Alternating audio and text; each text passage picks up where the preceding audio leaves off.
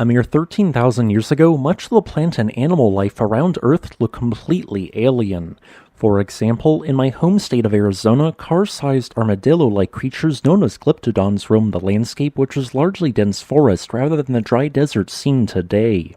Other unusual creatures included the giant ground sloth, which stood at 9 feet tall, elephant-like woolly mammoths, and a very large species of lion known as the American lion. So, why are these megafauna no longer around today? The answer is that these creatures were killed by one of the planet's most recent mass extinction events, which was caused by a massive comet impact, the likes of which have not been seen in modern times. This impact event created a devastating impact winter known as the Younger Dryas, which lasted for 1,200 years. During this period, which lasted from 12,900 to 11,700 years ago, average temperatures dropped by 10 degrees Celsius or 18 degrees Fahrenheit. In what was before a planet slowly warming out of an ice age, instead ice age-like conditions returned over much of the landscape. For decades, the existing notion that human overhunting caused this widespread extinction was repeatedly challenged. Some of the first evidence that humans were not the main cause of this extinction came when magnetic microspherules were discovered at layers of ground along Clovis culture sites in North America. These microscopic spherules could only have one possible origin, a large meteorite impact from an asteroid or comet, and were close in appearance to those found after the Tunguska explosion in 1908. During the Tunguska event, a 65-meter-wide asteroid violently exploded in the atmosphere at a height of only 13,000 feet, generating a powerful explosion known as an airburst which flattened 2,000 square kilometers of forest. Later analysis of similar sites across North America, Europe, the Middle East, and Greenland all display these unique features at the same Younger Dryas boundary layer, indicating that hundreds if not thousands of airbursts occurred over a brief time span.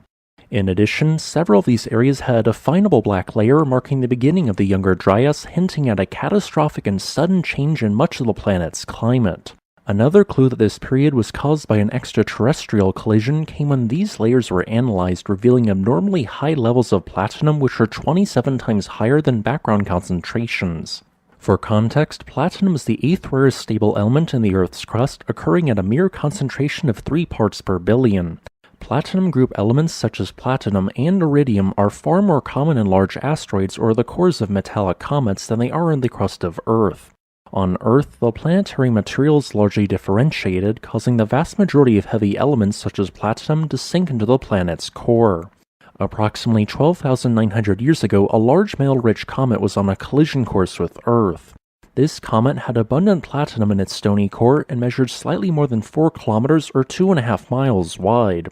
As this massive object approached the inner solar system, large chunks of it began breaking off, creating thousands of fragments and a large trail of debris. This debris then entered Earth's upper atmosphere and was traveling at speeds of 50 kilometers per second or 112,000 miles per hour.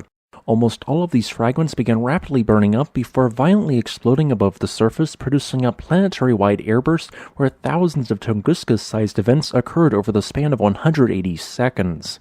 This released an immense amount of thermal radiation, causing any plants and animals near an airburst to immediately ignite. Over the next several hours, massive wildfires spread across the planet, burning 10% of all of Earth's biomass across an area of 30 million square miles.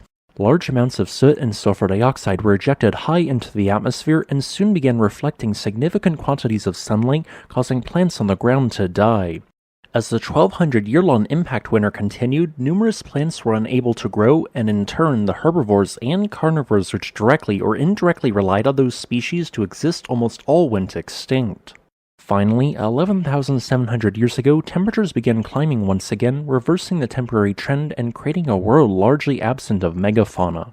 Thanks for watching. If you would like to request a specific topic, please leave a comment below. Additionally, if you would like to support this channel, consider becoming a patron on Patreon.